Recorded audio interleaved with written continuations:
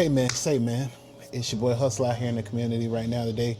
I got one of the legends, the great, you know what I'm saying? Tell me who I got with me today, man. Bro, you already know what's going down. It is the ugliest brother in radio, a.k.a. the Fade Runner, a.k.a. one half of the MATW Tag Team Champions. Your favorite DJ's favorite DJ, G-Money's in the house. Watch your mouth. Oh man, so wait a minute, my brother. I got my own intro. Wait a minute. We just gonna start off right off the bat. Right off the bat, man. You know, tell me about the nicknames. You know what I'm saying? Like, what was the nickname G-Money? Where did that come from? Bro, if I'm being completely honest, man, that was like a middle school thing. Do like that. Yeah, that was a middle school thing, man. So everybody in my neighborhood had a nickname, and you know, New Jack City had just came out probably like a couple years prior. Everybody had a name that started with the first letter of their name, so G-Money came up, and even though I'm not light skinned, like it stuck. So it's been G-Money forever, man. And then people will ask me about like, well, why do you spell it with an I and not an E? Mm-hmm. So quick story. When I was telling my age, when I was in high school, I went to Westover. I took some kind of computer class. I think it was keyboarding or whatever. Right. And it was around the time emails had just came out, like probably a couple years prior. So one of our things was everybody had to create an email. So I created mine, and it was G-Money, but it was with an E. But when it did, it would have been like G-Money 2468912, and I wasn't trying to do all that. So I was just trying to be creative. Took the E, put an I there. It was not taken, and then it kind of just stuck. Right. So, you know. And then the thing of it is, man, it goes with everything that you're doing, you know what I'm saying? Because you're doing DJ, you got to get paid for that. Yes. You know what I'm saying? So tell me about the avenue of getting into the DJ from high school to, like, you know what I'm saying, going into the open world from high school, like graduating. Where did that start at? Okay, so I knew since I was a kid that I wanted to be an entertainer somehow, some way. Like, whether it was, I low-key thought I could be a comedian when I was a kid. But comedy's hard. You know what I'm saying? I actually tried it a couple years ago, and they didn't boot me out of the building, so that was great. So one of my cousins, second cousin, is the late, great Jam Master Jay. You know? Man, that's what's up. Yeah, now, granted, I didn't get to meet him. My sister, my mom, my dad met him. I don't know what I was doing around the time, but I never got to meet him. But I always loved Run DMC. I just love hip hop in general. Right. So going from, and then when I was my sister just reminded me this. I used to make mixtapes in high school, especially around prom season. Screwing You Volume 2 is platinum.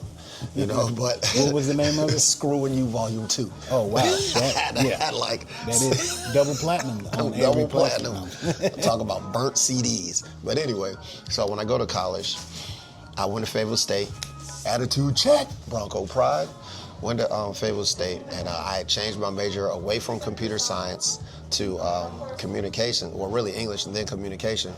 Right. And I came across one of my homies. I was taking an internship class at WFSS on campus, and one of my boys was like, yo, why don't you come with me and intern at Foxy? And I was like, hell yeah, let's do that. So I went over there. This is 2006, and that's when I met Jane Doe, Mike Tech, D-Rock, UB. At the beginning, I interned there for 10 months. I graduated in December of 2006, and I was interning from September 06, and I kept showing up until they offered me a job that following year in July. So even though I had graduated, I didn't think they'd let me come back because I graduated, but they was like, keep coming. So I was just like, I'm just gonna show up until they either kick me out or offer me a job. They offered me a job in July of 2007. I started actually DJing in March of 2012. And that's because I was always on a mix show with a DJ.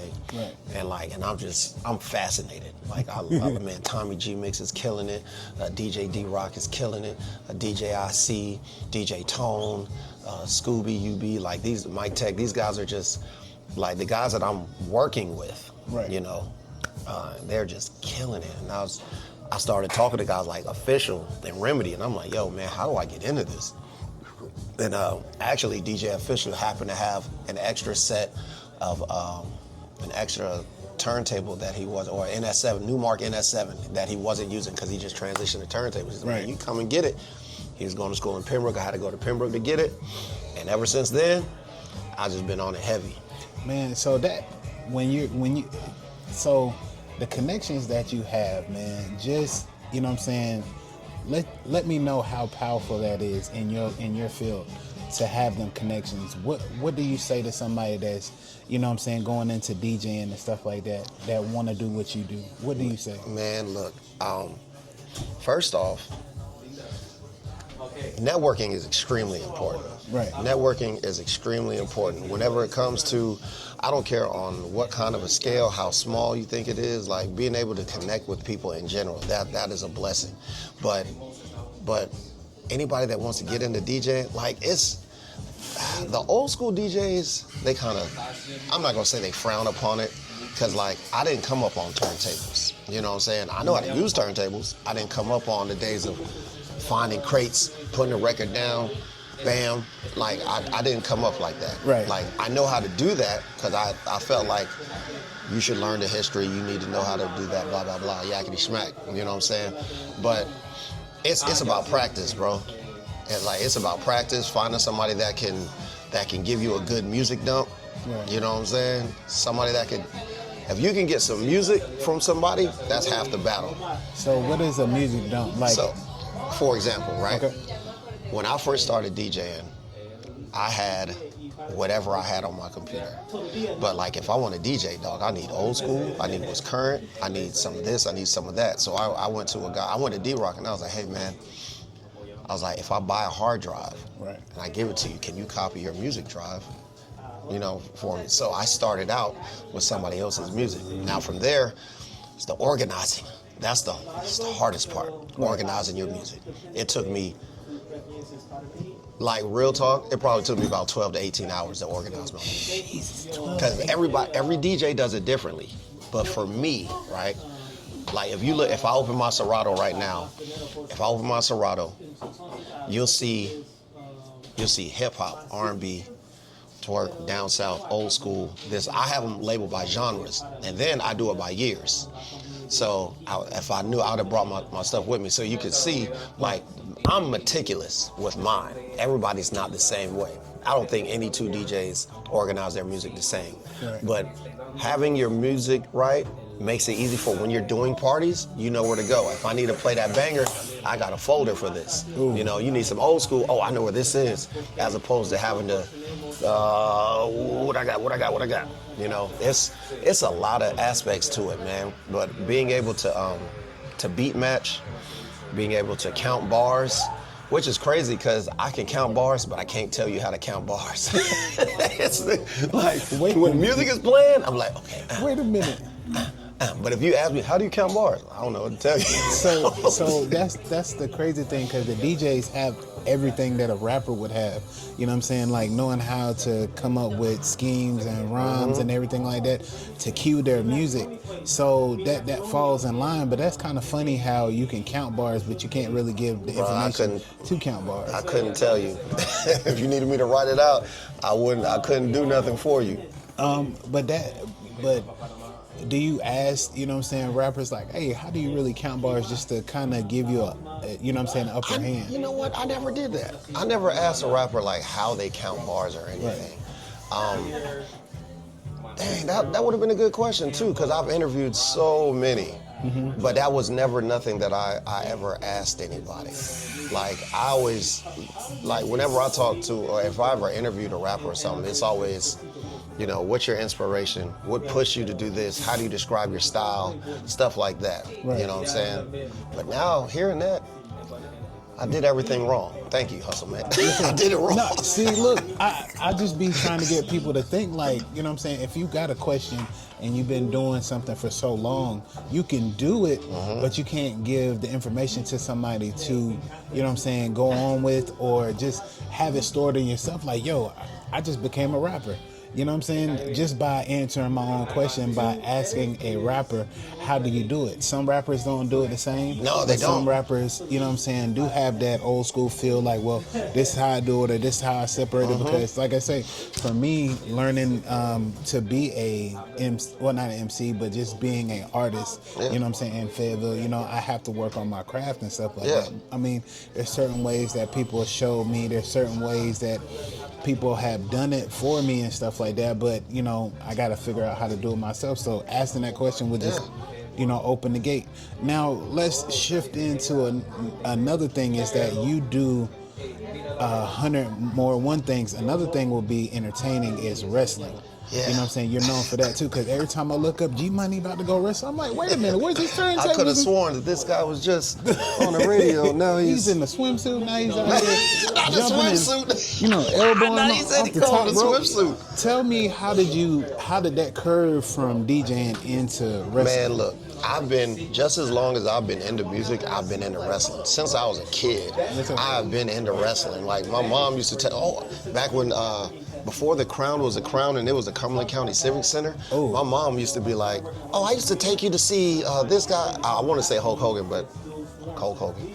But wait a minute, time out. He's a legend. I mean, why is that? Oh, you ain't heard? No, I ain't heard that. I ain't heard nothing. Like, I mean, I used to be in the wrestling world, but when I heard, a couple years back. Yeah, when I heard that it was, when people say wrestling was fake, but I was like, how is it fake when you got, you know, Mick Foley following 2 stories into the ring on a plate of, you know what I'm saying, on a string of barbed wire, and he's coming up and head split and all that stuff. Like, how is that fake?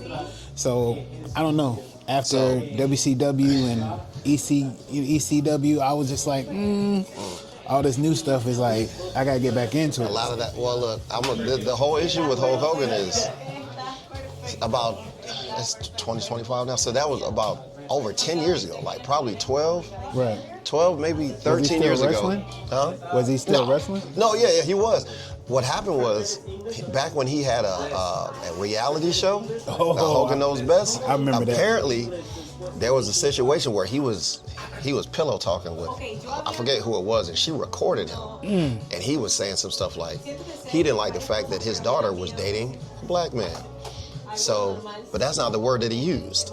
He's like, I appreciate him for not using that word that was used in the recording. You know what I'm saying? Appreciate for saving the brother. Yeah. but go ahead and carry on with the story. It was, and after that, like when that joint dropped, man, everybody was like, yo.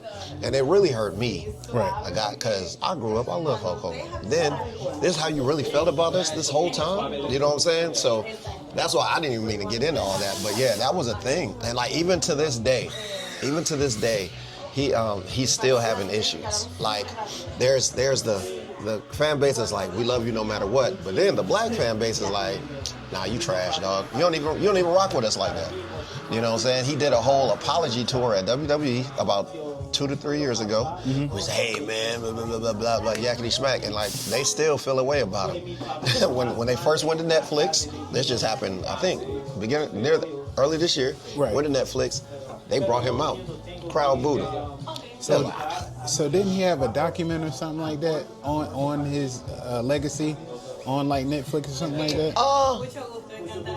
I feel like he might have, because I know Vince McMahon did. Okay. Yeah, it's you wild. ain't Vince McMahon, no. Yeah, exactly. But look, I ain't mean to jump into all that. Yeah. All I was saying is, so I've been into wrestling since I was a kid. He had to get it off his chest. Yeah, look. He was there. I thought he knew. He didn't know. Nah. So I've been in wrestling since I was a kid, and when I got into radio, we used to get tickets to every wrestling show. Like, I done interviewed Roman Reigns, Big Show, Kofi Kingston, Charlotte Flair, like Dolph Ziggler. Like, I get the chance to interview her. They knew anytime something wrestling comes around, G's the guy. That's the guy. So me and one of my boys, he was a rapper named Low Keys. We used to go to all the shows. Well, a few of us went to all the shows. And then one day he's like, hey man, if we ever get the, actually even before that, a guy that I used to work with on the Lamont Swing show named Ken, he had started wrestling in 2008. And I was like, nah, no you not. So I never followed him then. But then, now fast forward, now I got guys like Low Keys, and like we're going to these shows, and we're like, man, these guys are about the same size as us, man. We can do this. He was like, how about this? If you find a spot where we can train, we'll go. Or if I find a spot, cool. In September of 2019, we found a place in Fayetteville, because there's a place called Ring Wars, Carolina. It was ran by, at the time, Eddie McCoy and Tony James. Okay. And we started there on the same day, and I've been wrestling ever since. Low Keys, he goes by Psycho Boy Fodder now, and he's like, he done been on TV, he done did some big things, you know what I'm saying? And so that's how it started. Started out there, and 6 years later, still going strong.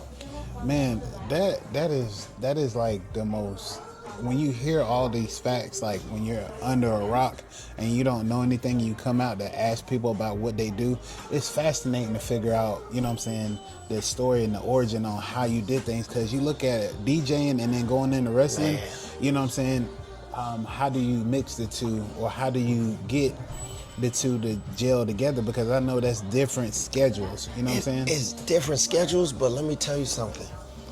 The music game and wrestling game, exactly the same. Like when I tell you, maybe it's just the entertainment business, but the exact same things that I've seen as a DJ, whether it's me going to clubs, right, or dealing with artists that think they're bigger than they are, or promoters that think they're better than they are, or guys stiffing people on money, or this guy will really take you where you need to go, or this guy's just full of it. You know what I'm saying? Same way in wrestling. It's the exact same thing. There are wrestlers who think that they are bigger than they are. There are really talented people that aren't getting the love that they deserve. There are promoters that do great jobs, but they don't get shine. There are other promoters that don't pay you when you're supposed to get paid. Like, it is night and day. So similar. Music and wrestling is so similar. Like, I felt like radio and DJing prepared me for the wrestling business, because a lot of the things that happen, nothing phases me. Like, because I've seen this before. You know what I'm saying? I know how to navigate certain things because I've seen this in another light over here. You know, so, and then like me, myself, my character was not much of a character because it's really me. Right. G-Moniy, the character, he's a wrestling DJ. You know what I'm saying? So I had like my gear, like my tights, I have like DJ stuff on it. You know what I'm saying? Mm-hmm. Or at least my singles gear. When I wrestle as a single star, not as a tag team guy, I come out to the ring in my headphones. I've been playing with the idea of actually DJing at a show. I've been playing with the idea of it. It's just a lot of stuff to carry around. Yeah, I mean, I was about to say, you know what I'm saying, it was funny, it was in my mind, like, you know what I'm saying, you can imagine him DJing and then the bell rings and stuff like that. You just throw the jump in the ring. No. I promise you, that was an idea for a while. I'm gonna put this spin on real quick for yes, y'all. Exactly. I'm gonna go. It was supposed to be, I had an idea of like, when it's time for me to play my entrance music, I mix my own music. Right. G-Moniy.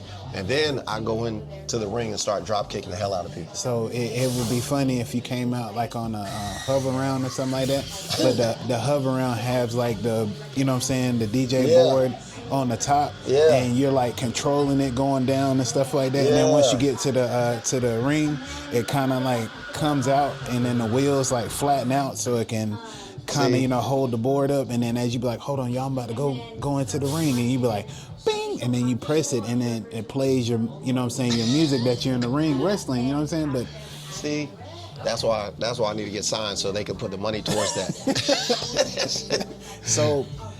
And how hard it is, you know what I'm saying, to go up in the ranks, you know what I'm saying, of this wrestling world. You know what I'm saying? I know you got ECW, WCW, you know what I'm saying? What part of the wrestling world are you in right now? Well, I'm on the indies. I'm on the indies. And the indies is like, so at the very top of the mountain, you got WWE, you got AEW, you've got New Japan, you've got TNA, Ring of Honor, NWA, MLW. Then you got the indies. Well, you got a couple places in between. So the indies, that's hundreds of thousands of companies that some of them are successful, some of them are small, some of them are bigger. You know what I'm saying? But there's only really 3 major companies four in the world. Right. 4 in the world: WWE, AEW, TNA, and New Japan. Now everything else, not discrediting any of them, but it's just New Japan is worldwide, AEW is worldwide, WWE is, to me, is the top because they do everything. TNA is close, you know, they kind of do stuff like that. So think about it like this: the same way there's like let's say if we're talking music, I personally believe there's about 50 rappers in every city. Right. You know what I'm saying? There's about 50 rappers in every city. There's only so many record labels. You know what I'm saying? So that's the way that I see it with wrestling. There's only a couple companies, and each company probably holds about 100, maybe 120 some odd wrestlers. Right. So me as an independent contractor, as a wrestler, like me and my tag partner now, Gemstone, we just have to navigate as best we can. There's no official way to make it. Mm-hmm. Everybody gets on differently, just like in hip hop, right? Right. Same way that Soulja Boy got on, nobody will ever get on that way ever again. You know what I'm saying?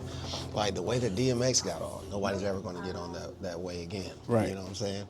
Like now, for some people, it's different. Like some people, they were discovered through the blogs.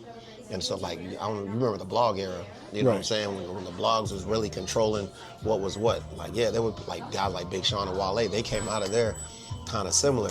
And wrestling is like, social media is kind of like your biggest accessory. Because number one, it's free. Right. You can put a clip out and it can go viral. Like, you never know. So I would, if I knew the way, I'd be doing it. Right. So, like, and the best thing that we do, we just try to travel. Like, we just wrestled in Germany in December. Wrestled two shows in Germany just to get ourselves out there worldwide. Now we can say we're international. I've DJ. Well, I said DJ. I've wrestled for the NWA. How was that though? Did you get to meet any of the wrestlers? Oh yeah, you get to meet a lot of people. Oh, absolutely. Yeah, you get to meet a lot of people. And like, you just hope you leave a lasting impression. Like, I've met a lot of like famous wrestlers. You know, you get a lot of good people. Oh man, you guys are good. You just got to keep doing what you're doing. And then, honestly, some people would love to move you somewhere, but they can't. It's not in their power. Right. They'll just say, hey, look, man, keep doing what you're doing. Keep working hard. Blah blah blah. And it works. Now they got this WWE ID system, which finds certain wrestlers and they put the tag on them, and it's like, hey, this guy's next. Like I know a guy out of Greensboro right now, Jackson Drake, in the WWE ID system, and now that means you're not signed, but they got their eye on you. You know what I'm saying? Right. So they're paying attention to everything that you're doing, and there's schools that can get the WWE ID label and all that. So that's what a lot of people are shooting for. They're trying to get to the WWE ID. Like some people want to get to like the big three, you know, the New Japans, the AEWs, the WWEs. How they get there, everybody's different. Right. You know what I'm saying? So what may work for one guy is not going to work for another guy. It's just the luck of the draw. Just like in music. You know what I'm saying? You might drop a song, and it might blow up, and you might that's what happened to Jello, Leangelo. Mm-hmm. He dropped a song, even though he's in the NBA. He dropped a song. They blew up. They signed him. Man. You know what I'm saying? So he's still doing this basketball thing plus the music thing. I mean, you know. I would say yeah, but I don't even know who the hell he played for. So I just heard that one of the Leangelo Ball, he dropped a song. They was talking about it on ESPN and stuff. Next thing you know, I forgot who he got signed to, but he gets signed. But here's another problem, and you didn't even ask this, okay, but I'm about to tell you. The record business, the music business is in shambles. Like last year, now I left radio last summer. So a little bit before I left, actually, let's start during COVID. Have you ever seen? This is going wild quick. Have you seen Game of Thrones? You watch Game of Thrones? I saw it once, but Okay. I haven't watched it in a Okay, while. I was going to make a reference, and I was going to see if you understood, but I'm not going to do it. So let's just say, in 2020, it was like, you watch football? Yeah. Okay, Big you know football how. fan. All right, so you know how like right after the regular season, a whole bunch of coaches get fired. Right. They call it like Black Monday or whatever. That's what happened in 2020 to the record labels. Oh, man. Like I'm talking about. I'm sorry, that was the radio industry. The radio industry got gutted in 2020. The record labels got gutted in 23 or 24. Why is that? My guess is that the music industry has changed, right? Right. I personally feel like as great as streaming is, streaming kind of killed the business, Right. or is killing the business, because you used to be able to, if you could physically sell a CD and make some money. People ain't physically selling CDs anymore. I mean, some people are, but like, you're not selling like that. You're streaming. You're not even getting a penny per stream. I remember I read a report about an article about how Pharrell had 4 billion streams on Happy and only made like $4,500 What on the- Spotify. That's crazy. That's ridiculous. So when you think about it, where's this money going? You know what I'm saying? Like, where's the money going? Because it's not going to the artists. It must not be going to the record companies either, because they're slashing and cutting. There have been a lot of record company mergers. I can't remember the specifics because I'm not in radio anymore, so it's out of my mind. But there was a lot of mergers, and the smaller company that got swallowed up by the bigger one, those guys are out of a job. You know, so there used to be a whole lot of record reps, a lot of A&Rs that used to be around out here in the streets and stuff. They're gone. Or they're not gone. They're unemployed now. So now, so if you're cutting the A&Rs in half, that's less people to scout and see who's hot. You know what I'm saying? And it's, like I said, just like wrestling. You know what I'm saying? These companies, they hire people to search the internet to see who's doing what, to watch these shows. A lot of people put their wrestling on YouTube so you can keep up with the stuff. Or they have channels or whatever. You know what I'm saying? So there's that. So there's a guy, the main guy that people talk about with WWE is Gabe Sapolsky. He's a guy that he goes out, he does seminars. He's looking at the indies to see who's doing what. And he has guys that work for him, but hey, you should check out this guy. Hey, this guy's pretty good. Right. Then I think that's how they slap the WWID tag on people, right? Oh. Okay, so back to music. You got A&Rs. You got A&Rs that used to go out here looking at guys, you know, listening to music. They go into the shows and stuff. You cut those guys in half. Now Everything's on the computer. You have to blow up on social. You have to trend so if somebody catches wind of who you are. Right. You know what I'm saying? Then records don't sell like that. That's why everybody's signing a 360 deal. You have to at this point. You're not getting on without it. So if you want Universal to back you, you gotta sign this 360 deal, which now means when you do these shows, that used to be where the artists get the majority of the money. Nah, buddy, now you gotta give some of that to the record label.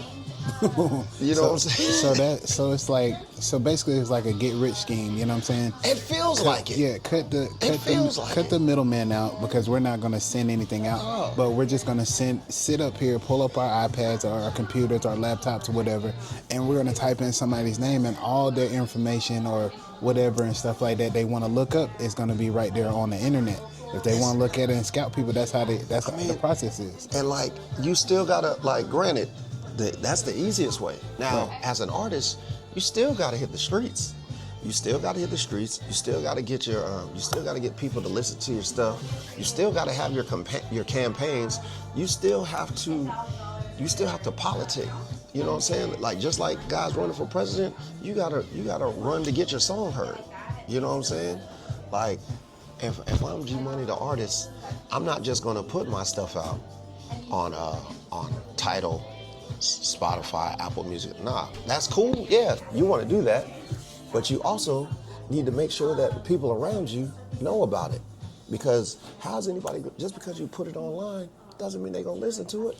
How many songs go? Yo, as a DJ, let me tell you this. Hip hop is so weird because Taylor Swift don't have to put out a song every day. Bruno Mars don't have to put out a song every day. No, they don't. You know what I'm saying? They don't do mixtapes. When's the last time you seen a Bruno Mars mixtape? You ain't never seen it. Well, no, I haven't. No, man, you haven't. They like real relaxed over there in that Well, area. it is. You know Look, what I'm bro, saying? Katy Perry, or Beyonce. Beyonce ain't dropping songs every month. You know, maybe a year, maybe 18 months. They drop an album. It is what it is. But for some reason, in hip hop is a what have you done for me lately type of deal. Ooh. So you got a guy like, let's say, like a Lil Wayne, right? Lil Wayne will drop an album. Lil Wayne will drop an album in January. Fucking May, he done dropped a mixtape. Boy, your album is still out. You remember back when you used to drop an album and they playing that album for the whole year? Mm-hmm. You know what I'm saying? You might drop your singles every couple months. Album lasts a whole year. Now, album lasts a couple months. And 2 to 3 months, it's old. So what is it called? Like they call it bubblegum rap. You know what I'm saying? Once it loses flavor, it gets thrown away. I call it microwave, but it's not even the rap. It's the attention spans. Everything's too accessible. It's too accessible. Like, I can listen to whatever I want right now. Right. You know what I'm saying? And like, let's say if I was who do I like? Like, okay, Akeem Ali, right? Let's say I like Akeem Ali, you know? And I just seen one of his videos on Facebook. I'm about to search all this stuff. After I done listen to everything, I'm done with it. Now what's next? I did all that in 4 hours, right? Let's say his catalog is 4 hours long. All right, what I'm gonna listen to now? You know? Boss Man D-Lo. Okay, I like Boss Man D-Lo. Listen to his whole catalog, 4 or 5 hours. What's next? That's how it is. I hate to say it, you know, attention spans are like this because you can get anything. And then for some reason, rappers drop it. There's a website that I used to go to get my music from, or one of the websites that I used to go to get my music from, right. my12inch.com, pause. I always have to say that because why did you name I know why they named it, but why did you name it that? I know why, 12-inch records, I get it. Okay. But that just sounds awkward, doesn't it? That's why I always have, anytime, whenever my DJ homies be like, yo, where you get your music from? I'll be like, smashvision.net, Vertigo, my12inch.com, pause, and this. I have to say it because it sounds awkward. Pause. So right. whenever I go to that website, right, and I go, the hip hop is always 12 pages longer than the R&B, than the reggae, than the pop, than the rock. Like, because there's motherfuckers dropping music every single day. You can't, like, I don't know how the listeners do it. As a DJ, I cannot keep up with all the music. I don't even try no more. You be like, hey, if y'all got some music, go ahead and send it to this email. I'm gonna go ahead and look through it when I got time. Even then, back when we used to do the independent spotlight at Foxy, holy crap, dog, we talking about 100 emails. 100 emails. Some of them have multiple songs. God. And then they be mad. It's like, bro. So how is that process? Like 100 emails. You know what I'm saying? You're a DJ and it's sitting in front of you. You got a night show. You know what I'm saying? How do you sit down and you break that down? Oh. You know what I'm saying? Section by section. You know, you got R&B, you got some people trying to do country. Now we got a big thing with Southern Soul. You know what I'm saying? Oh, like, my God. How do you, you know what I'm saying, break that down? Like, because I know it takes you like 9-10 pills of Advil just to go ahead and just, I need some coffee. Don't give me no more DJ stuff until, you know, how do you deal with that? Before I answer this question, have you ever seen like, do you watch guys do like live music reviews? I do. What is it? Dang, what is it? I think $1 million worth of game. Gilly and Gilly. Oh, they do it too? Yeah, I didn't know that. They do. But they do more like their city, like Philly. Yeah, you know what I'm saying? Philly should, rappers right. and stuff like that. But they do also, come off like the West Coast and everything like that. So I watched them. I watched Don Tripp and Starlito. They have a little collab thing going on. So I mean, I kind of do my homework. You know what I'm saying? When I come out here and do these interviews and stuff like that, so I won't be so lost. But just to get these vital points and information from people, that's why I do my podcast, because I don't know these things. Right. So it's like, that's why I was like, yo, G-Moniy, you know what I'm saying? I want to interview you, because picking people's brains is what it is about doing podcasts. I mean, I love the podcasts that come out, but, we talking about celebrities, we talking about what they doing, their personal life and everything like that, just reviews. But I want to sit down with a person to actually, get to know what they do, their background, their story, however it may have you. But at the end of the day, when they leave here, they leave here like, he didn't really, wasn't interested about the hype that I had going on. He want to know everything from the front to the back. Like how to get there. Yeah, so this is what we're doing this for, is not the likes, but just in personal interview of my own, to let people know like, hey, I'm building a relationship with these people. They knew who I am, but just give me your story. Right. And I guess that's how the rap game is giving their story with everyday life, or what they're going through, or how they feeling and stuff like that. So that's what you say, microwavable thing. They cooking it up and then they got to heat it up some kind of way. Yeah. It's a hit or miss when they make it. So that's why I think rappers are in the studio mostly 9 times out of 10, because they're watching their favorite artists do it. Bro, that's real. But look, so like, to get back to what I was about to say, shout out to Coco Filipina. Yeah. Because I met her too. She works She's at a cool person. Yeah. She's in Raleigh. My man, DJ Chuck T, out of Charlotte. He's one of those guys. He's one of those guys that like he can help you get plugged. But like even T-Pain, right? I remember T-Pain was doing the live music. I think that clip done went viral now. Like he's listening to people's music, and he was like, he just started, he's like, do something else. We've already heard it. Yes, that's all. We've already heard it. I seen that one. You know what I'm saying? And like even when I listen, when I check out Coco Filipina or I check out Chuck T, bro, it's, imagine getting 100 emails. Imagine 20 of them sound the same. It's 20 different guys that have the same sound. After a while, you go, like me, like I'm so glad. It was never my thing. Like it was never my thing to do anything like that. Like me and Em and I would play songs on the radio, stuff that we liked, but we didn't do it live. Like we wasn't listening to the songs live. Like that is demoralizing. 100 songs. You probably got to go through 25 before you get to a good one. Let's say you listen to a minute of each song. That's almost 30 minutes before you get a good song. Yeah, that's so from like I ain't gonna sit here and lie to you, man. Sometimes I just be looking at stuff in my email like I get to it later. Like, and then it's not even just that. It'll be the local songs, and then it'll be like I'm cool with a bunch of record reps and even though I'm not in radio now, they still send me records. So and then I get some of their stuff, and it's from guys that are on the brink of being signed, and I'm listening and I'm like, this ain't good either. Like I know local guys that sound better than these guys. You know what I'm saying? So you have to really love it to do it like that. You know what I'm saying? Because it's just having to go through so much music weekly to find the right thing to play. And then everybody thinks their song is hot. Everybody thinks that this is the one. So if you feel like it's not the one, and you're like, hey, yeah, man, this ain't it. And then now people mad at you.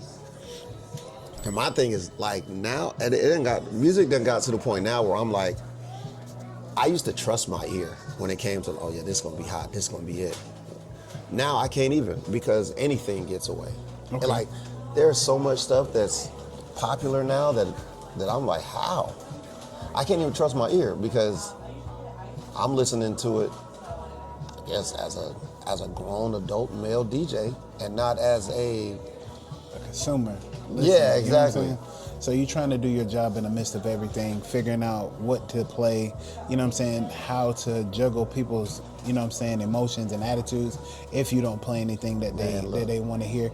So on top of that, you know what I'm saying, do you actually have a time at nighttime where you go in there and you actually lock in and, you know what I'm saying, press one by one and listen to it? Like you say, you get 4 or 5 hours of listening to every person's song or their whole catalog. I did when I was in radio. I'm not in radio no more, so So what do you call yourself if you're not in radio no more? So I mean, I'm still a DJ. Like I DJ almost every week. Okay. You know, I've been DJing nonstop. I left radio last June. The next month, matter of fact, later on, a couple weeks after that, I had to DJ the Juneteenth Jubilee. I had to, for the city. I DJ the New Year's celebration. I'm still doing weddings. I'm still doing parties. I'm still doing clubs. Like, I'm still out in the streets. I'm just not in radio.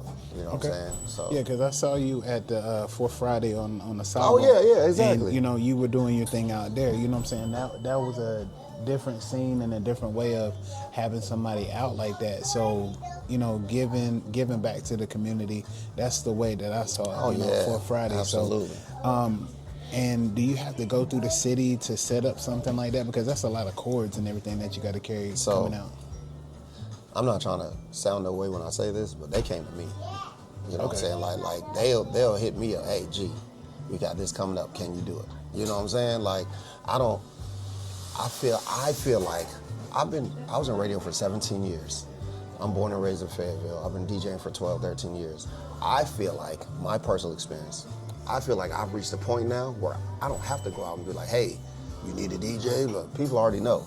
So they gonna hit me up. Right. And that's just what it is. You know what I'm saying? Not trying to sound arrogant or nothing, but like if you go on any of my social medias, you'll never see me say, hey, now taking bookings for DJing. I don't do that. Because people, when they need something, they either gonna request me or they're gonna refer me or whatever. So like the city, I done work with the city so much now that when something comes up, they hit me up first. Hey DJ, we need you right now. You know what I'm saying? We got you on the back end. Just go ahead and come show up, set up, you know what I'm saying, get everything done. Now, my thing is, what, you know what I'm saying, the whole toll of it and stuff like that, when you're so fed up with everything, what is your go-to to get you resetted, you know what I'm saying, rested, and back into full grind mode? You know what I'm saying? The gym? The gym, bro, the gym saved my life, dog. Right. The gym saved my life. So many times. I've had so many issues over the years, like personal and then professional, that sometimes like, man, let me go lift something. Like, I used to be big into video games. I don't really have the time to do that like I used to, but for me, it's the gym. Like every morning, I go to the gym in the morning. It's almost like pre-therapy. So I didn't got all the aggressiveness out of me. So when something else happened, I'm just like, hey man, whatever. You know what I'm saying? I'm in the gym that's why I'm dressed like this now. You know what I'm saying? So. Okay. But yeah, that is the way of looking at it. You know what I'm saying? That is the way of looking at it, man, because we are all, you know what I'm saying, on this thing where it's like we got to find something that's going to keep us level-headed, that's going to keep us, you know what I'm saying, on point.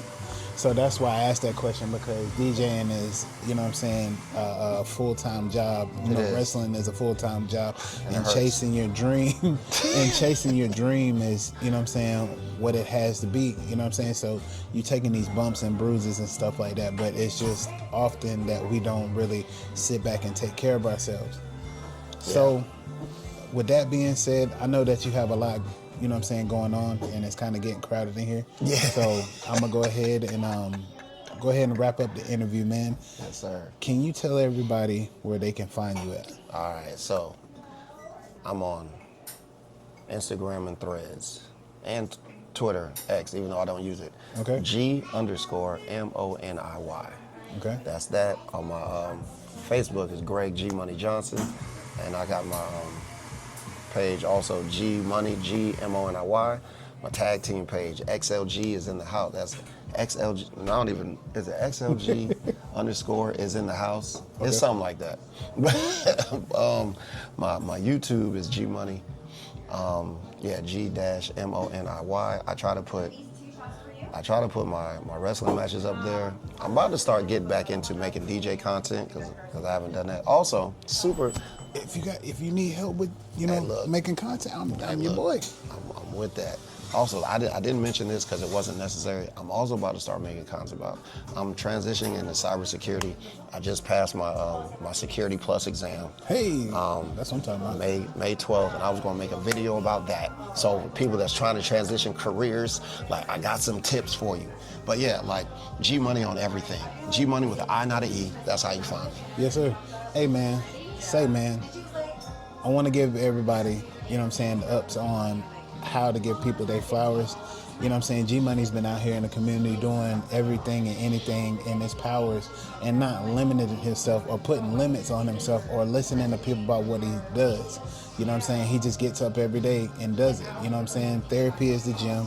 Yes. Learning how to control your emotions out here when people are attacking you from all directions. And I know he's had that, of whatever he wants to do in life. So for him, it's just, finding a common ground with yourself and still walking the path that you're going. So. And actual therapy. Yep, actual therapy. As a black man, we need therapy. Yes, sir. We need it.